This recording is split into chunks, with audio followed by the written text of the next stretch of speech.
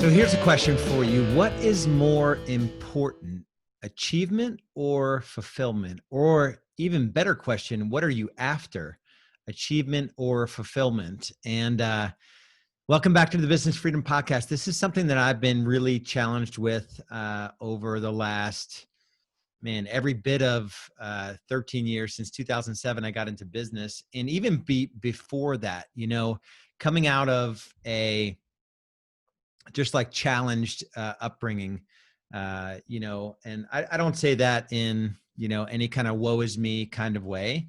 My dad was an active alcoholic until I was 15 years old. My parents divorced when I was 4 years old. And I think, when I look back at like my reaction, and how I chose to live my life coming out of that sort of environment where it was quite chaotic, a single mom who, was building her own business.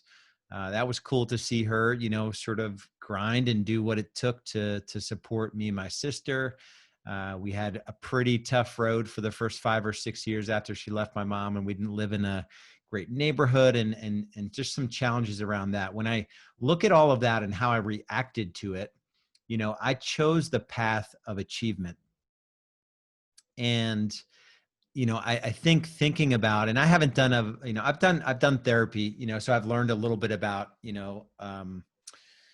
like being from a family of an alcoholic, and the impact that can have on the children, and as adult children, what that looks like. And I chose the path. I think there's generally two paths. There's this path of, let me control everything in my life, which to me, that equated to the path of achievement. Like, I'm just going to do what's in front of me.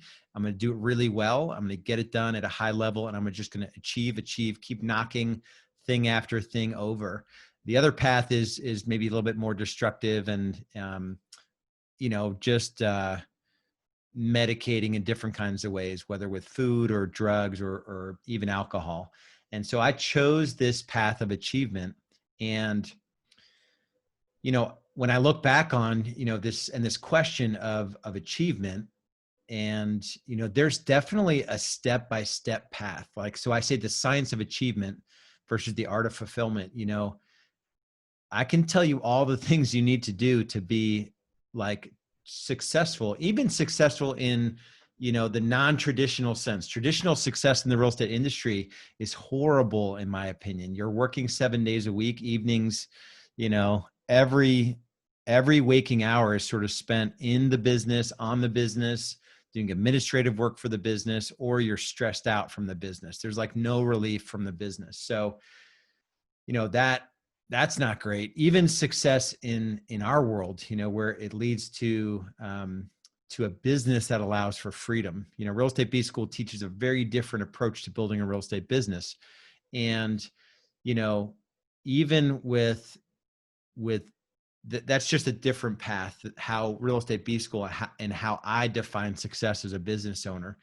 That path, though, is quite predictable. There's a science around it, right? I can say we've got to look at where you're spending your time. First, I got to get you to understand all the things a real estate agent can do, all the things a manager, leader, owner needs to do and make time for. Take you systematically from where you are, help you install tools and systems along the way. Start using our Business Freedom Planner. If you're listening to the podcast, you didn't see me hold up the Business Freedom Planner that I use myself. Get you to start using that. This 3-year vision, 1-year plan, 90 days, weekly commitments, your daily planning and cadence. And, there's science around it. There's step-by-step we can do it. It's predictable. The challenge is that it may not lead you to fulfillment. You may get so focused on, achieving at a high level in one area of your life that you will miss out on all the good stuff. And I am not preaching at you. I promise this has been my biggest struggle. I'm so focused on achievement that the best case of being so focused on achievement is, you get all the stuff. So you achieve, you make money, I have time, freedom, all of that. that's the good part of it. The downside is that you exhaust your team because it's never enough. You're constantly, even if I don't need the money or I don't need more time off, I'm just constantly pushing, pushing, pushing. And so you exhaust your team, you exhaust your spouse. I know my wife, Julie, can attest to the fact that I'm just going all the time. And you can do some harm in important relationships, and you can hurt your physical body and your emotional well-being, and you can sort of forget to walk close to your creator, right? There's all these things that this art of fulfillment is a different animal, and it requires just slowing down and installing some practices in your life that allow you to remember why you're doing what you're doing why you're doing what you're doing. It allows you to remember that there are folks that are struggling around you and to connect with individuals. I read a really amazing book, Leadership and Self-Deception, and it talks about being in the box. And being in the box in this book, in this context, meant that you constantly think it's you against the world, and people are sort of pawns in your business and in your life. They're not actually people. And when you get out of the box and you realize just doesn't matter what position I am in a business, or if I've achieved more than somebody else, we're just people, and I'm here to help you and you're here to help me, and let's so it was a really good read. It's not a book for everybody. It really reminds me though of, I feel less fulfilled when I'm in the box, when I'm thinking, and maybe this is just entrepreneurial type thinking where the world is out to get me and it's me against the world. And I'm sure it stems back from those early days where it felt like growing up in my home, it was me against the world. Like I was just going to shut my door and get my stuff done. I was going to do my homework, and I wasn't going to cause any trouble, and I was going to be self-motivated and driven and all of that stuff. And so it's taken me quite some time to figure out this daily practice. And this is a weekly and daily for the most part. Well, I mean, it extends quarterly and annually. Every week I go through a process. I'm going to tell you the questions that I do. And I look back the week before, and this helps with this fulfillment. Actually, it brings science to the fulfillment feeling that I'm now able to experience, because I have figured out something I can do systematically to make sure that I'm experiencing fulfillment and joy, and I'm present in the moment, and I'm feeling the impact I'm having on my team members, and in both businesses, and in Real Estate B School, our members there. And so I look back, and every week I do my biggest wins, list 3 to 5 major accomplishments from this past week. Last week's commitments. I make commitments every week. Did you follow through on the commitments you made? Why or why not? I ask myself, what's working and not working? What went really well this past week? What didn't? Start or stop? What will you keep, improve, start, or stop doing? And that's 4 questions I ask myself every week. And then I do my whole weekly commitments against my big projects. But every day I have hacked that whole science step-by-step, systems driven mind that I have in terms of feeling fulfilled is a process of just daily gratitude and intention. And what I do is I start off by writing down 3 things I'm grateful for every day. And then 3 things I'm going to do to make today great. So my intention. So my attitude is, what are you grateful for today? Write down 3 things. My intention, what will I do to make today great? And, on this day I'm looking at, this was a Tuesday. I was grateful for freedom of time and money. I was grateful for being able to focus on just 20%, the only stuff I'm good at. And really it's like 5%. And for Julie being so supportive of me.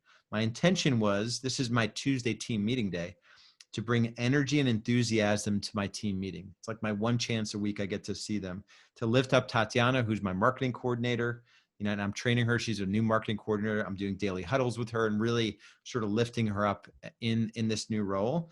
And then my intention was to eat well, hydrate, and get a good workout in. And then I do my affirmation, which my affirmation is just an I am ... And I wrote in big letters, enough. I'm enough. I don't need to strive. I don't need to, achieve. I don't need to do any of it. I'm perfectly created by God, to have a big impact to glorify him on this earth. And that's it. So I thought this was helpful. This was, I'd listened to a podcast where it kind of went through this achievement versus fulfillment. And I thought it was worth talking about how I saw this, and I've been struggling with this whole feeling of fulfillment, and the science and the systems and the tool that I use, in my planning system to be able to really feel that joy and that fulfillment and that contentment. And so hopefully there's some value here for you. If you're at your point if you're at a point in your journey where, you want to scale your business and you haven't quite figured out, how do I go about doing it? I put together a training. It's called, it's at predictablerealestatesuccess.com. It's a 15-minute training. It just kind of goes through the way I look at a real estate business. I look at a real estate business in terms of the 4 drivers, and each driver has 3 accelerators, and how I went from agent to owner. Really that's what Real Estate B School helps agents do. If you have this business mindset, we can take you from agent to manager, to leader, to owner of your business. And, so go to predictablerealestatesuccess.com. It's a free 15-minute training, super impactful. There's no fluff in it. It's all real world goodness. So we'll see you, or I guess I won't see you on the next podcast, but we'll talk soon. Much love and respect.